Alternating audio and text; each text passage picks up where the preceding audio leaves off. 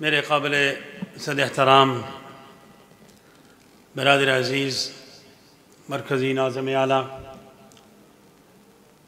اور میرے بہت ہی پیارے دوست اور بھائی رانا محمد وسیم ایڈوکیٹ اور میرے بھائی مولانا سمیع اللہ صاحب اور ان کے دیگر جتنے بھی رفقا ایم ایس او کے ذمہ داران فیصل آباد کے صوبائی اور مرکزی، جنہوں نے یہ ایک خوبصورت گلدستہ سجایا ہے فیصل آباد کے لوگوں کو خوشبو عظمت صحابہ کی خوشبو پہنچانے کے لیے،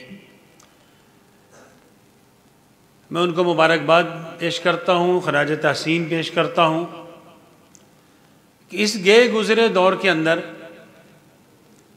کہ جب نفسہ نفسی کا عالم ہے، اس دور میں ناموس رسالت کی بات کرنا اور عظمت صحابہ کی بات کرنا، میں سمجھتا ہوں کہ اللہ جل جلالہ کے ہاں یہ مغفرت کے جو اسباب اختیار کیے جاتے ہیں ان میں بڑے سبب یہ ہیں۔ قرآن کریم کے اندر اللہ نے ایک نظریے کی بنیاد پر ایک نظریے والوں کو یہ کہا کہ پریشان نہیں ہونا، غمگین نہ ہونا، آج کل کی اصطلاح میں ٹینشن نہ لینا، انتم الاعلون ان کنتم مؤمنین، تم ہی سر بلند رہو گے، تم ہی کامیاب رہو گے، تم ہی غالب آؤ گے اگر ایمان پر مضبوط رہو گے۔ اب ایمان کیا ہے؟ آمنت باللہ وملائکتہ وکتبہ ورسلہ والیوم الآخر والقدر خیرہ وشرہ من اللہ تعالی والبعث بعد الموت۔ یہاں پر دو چیزیں آئی ہیں، وکتبہ ورسلہ، کہ اللہ کے رسول پر ایمان لانا اور اس کی اتاری ہوئی کتابوں پر ایمان لانا، اور ان کتابوں میں سب سے اعلیٰ و ارفع کتاب قرآن کریم، اس پر ایمان لانا، یہ ایمان کی بنیاد ہے۔ اور وہ قرآن اہل بیت کے بارے میں، وہ قرآن صحابہ کے بارے میں بار بار مختلف انداز میں رب ذوالجلال اس قرآن کریم کے اندر اپنی زبان سے اگر ہدایت کی بات آتی ہے تو رب ذوالجلال کہتا ہے اولئک ھم المہتدون، یہی ہدایت یافتہ ہیں، ان کے سوا کوئی نہیں ہے۔ اور یہ کون ہے؟ محمد الرسول اللہ والذین معہ۔ جب دوسرے کی ہدایت کی بات، راشدون کی بات آتی ہے تو قرآن کہتا ہے اولئک ھم الراشدون۔ جب کامیاب لوگوں کی بات آتی ہے تو قرآن کہتا ہے یہی کامیاب ہیں، اولئک ھم المفلحون۔ جب ایمان کی بات آتی ہے، اللہ کو تو پتا تھا نا کہ کچھ ڈاکو آئیں گے جو میرے محبوب کے محبوب صحابہ کے ایمان پر بات کریں گے، ڈاکہ زنی کریں گے۔ اللہ نے 1400 سال پہلے اپنی زبان سے، اپنے قدرت کے مطابق نبی کی زبان سے کہلوا دیا اولئک ھم المؤمنون حقا۔ تو یہ تو طے شدہ باتیں ہیں کہ ان پر بات کرنا، جیسے بھی بات آئی تھی، آج لوگ تاریخ اٹھاتے ہیں، قرآن کے مقابلے میں تاریخ کو لاتے ہیں۔ جیسے ابھی بات آئی کہ نبی علیہ السلام نے فرمایا کہ میرا بیٹا حسن مومنوں کے دو گوروں کی صلح کروائے گا۔ اب وہاں پر ایک مومن کی تو بات آتی ہے، امام المتقین سیدنا علی کرم اللہ وجہ الکریم کی بات تو آتی ہے، لیکن جب دوسرے مومن کی بات آتی ہے تو دشمن کے پیٹ میں مروڑ اڑتا ہے۔ وہ ہم نے بات کرنی ہے، دوسرا مومن کون ہے؟ اب نبی کی بات یہ تو نہیں ہو سکتی کہ ایک بات پوری ہو اور دوسری غلط ہو، معاذ اللہ، الیاذ باللہ۔ اسی طرح صحابہ کی بات آتی ہے۔ اب تاریخ کی بات سن لیں، تاریخ کیا ہے؟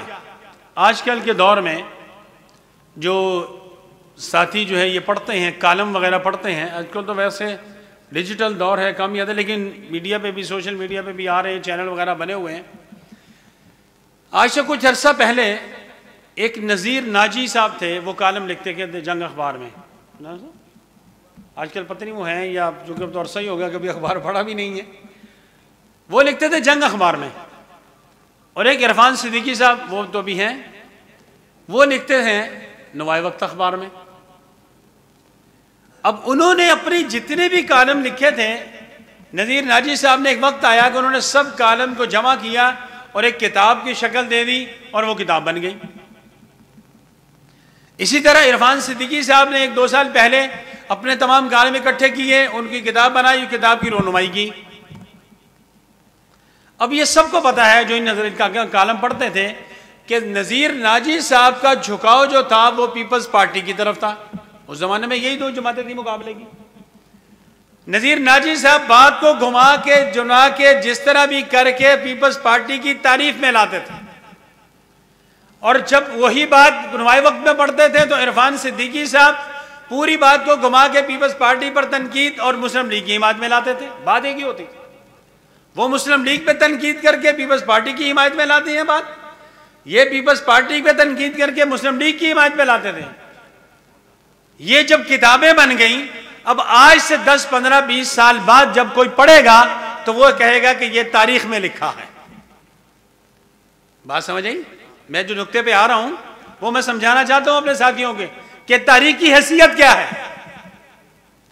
آج سے 10 سال بعد، 20 سال بعد، 15 سال کے بعد جب کوئی یہ پڑھے گا تو وہ یہ کہے گا، اس کا حوالہ دے گا کہ جب وہ عرفان صدیقی صاحب کے کالم پڑھے گا تو وہ کہے گا پیپلز پارٹی والے بڑے ظالم تھے، انہیں ملک کو برباد کر دیا، عوام کو تباہ کر دیا، نیست و نابود کر دیا. اور جو وہ ناجی صاحب کو پڑھیں گے وہ کہیں گے مسلم لیگ والے بڑے ظالم تھے. ٹھیک ہے نا؟ یہی پڑھیں گے نا. تو حوالہ کیا دیں گے کہ جی تاریخ میں یہ لکھا ہے. تو میرے بھائیوں، دشمنان اسلام نے تاریخ اس طرح مسخ کر کے حضرات صحابہ کرام رضوان اللہ اجمعین پر تنقید اس طرح بنائی، تاریخ اس طرح بنائی گئی ہے. تو اس لیے قرآن کے مقابلے میں، رسول اللہ صلی اللہ علیہ وسلم کے فرمان کے مقابلے میں تاریخ کی کوئی حیثیت نہیں ہے. صحابہ پر بات کرنی ہے، اہل بیت پر بات کرنی ہے تو قرآن کو لاؤ. کوئی بات کرتا اس کو تاریخ کو میں نہیں مانتا ہوں، لاؤ قرآن سے دلیل لاؤ. میں نہیں مانتا ہوں کسی تاریخ کو، جتنی بھی کوئی تاریخ دان، جتنا بھی ان کا معذر ہو، کچھ بھی ہو، میں تاریخ کو نہیں مانتا ہوں. لاؤ قرآن کو لاؤ، حدیث کو لاؤ. اس لیے کہ صحابہ اور اہل بیت رضوان اللہ مجمعین یہ قرآن کی شخصیات ہیں جن کا ذکر اللہ نے قرآن میں کیا ہے، بار بار کیا ہے. حتیٰ کہ ایمان کی جب بات آتی ہے کہ کوئی یہ سوال کرتا ہے کہ اللہ اور اس کے رسول کو کون سا ایمان پسند ہے، کس طرح کا ایمان پسند ہے، اللہ نے قیامت تک کے لیے مثال دے دی ہے، فَإِنْ آمَنُوا بِمِثْلِ مَا آمَنْتُمْ بِهِ فَإِنْ آمَنُوا بِمِثْلِ مَا آمَنْتُمْ بِهِ فَقَدْ اهْتَدَوْا. جو یہ ایمان بنائے گا وہی ہدایت یافتہ ہوگا. جو صحابہ کے علاوہ کوئی ایمان بنانے کی کوشش کرے گا اس کو وہ ہدایت یافتہ نہیں ہے. اگر کوئی ہدایت کی دنیا میں گارنٹی چاہتا ہے، ضمانت چاہتا ہے، تو وہ صحابہ والا ایمان بنائے.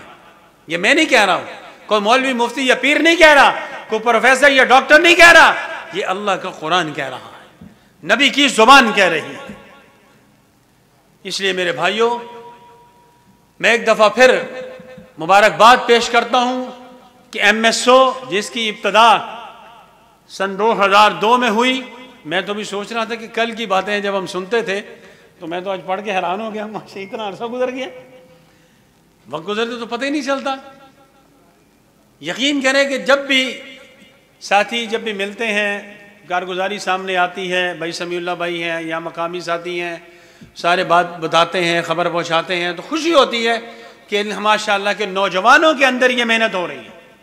اور سب سے بڑی خوشی کی بات مجھے یہ ہے اس ایم ایس او کی کارگزاری پر، اس کی کارکردگی پر، ان کی کوششوں پر، کہ یہ جو ملا اور مسٹر کی ایک تفریق قائم کی گئی تھی ایک سازش کے تحت، دین اور دینی تعلیم اور عصری تعلیم کو الگ کیا تھا، اور یہ اسی کا نتیجہ ہے کہ آج ہمارے جو بالائی علاقوں میں پاکستان کے اندر جو انتشار ہو رہا ہے اس کی بنیادی وجہ یہ ہے کہ جب اس تعلیم کو الگ کر دیا گیا، کہ دینی مدارس کے طلباء کو یہ سمجھایا جاتا ہے کہ یہ جو ملا لوگ ہیں یہ تمہارے دین کے دشمن ہیں، یہ انگریز کے پٹھو ہیں، یہ انگریز کا نظام لانا چاہتے ہیں، اور جو وہاں کے طلباء ہیں یونیورسٹی کے، کالج کے اور اسکول کے بچے تو چھوٹے ہوتے ہیں، بڑے طلباء کو یہ سین سازی کی جاتی ہے کہ یہ جو مولوی ہے نا، ملا، یہ تمہارے ملک کا دشمن ہے، یہ تمہاری ترقی کا دشمن ہے، یہ تمہارے ملک کی ترقی کا دشمن ہے، اس کے اندر رکاوٹ ہے ترقی میں۔ تو نتیجہ سب کے سامنے ہے کہ دست و گریبان ہے، ملک انتشار کا شکار ہے۔ سب سے بڑی جو خوشی کی بات ہے میرے لیے کہ یہ اس تفریق کو ختم کرنے کی کوشش کی جا رہی ہے، اور الحمدللہ اس کافی حد تک اللہ تعالیٰ کامیابی عطا فرما رہے ہیں، اور مزید دعا گو ہیں کہ اللہ ان سب ساتھیوں کو کامیاب فرمائے، اپنی مدد شامل حال فرمائے۔ وآخر دعوانا ان الحمدللہ رب العالمین۔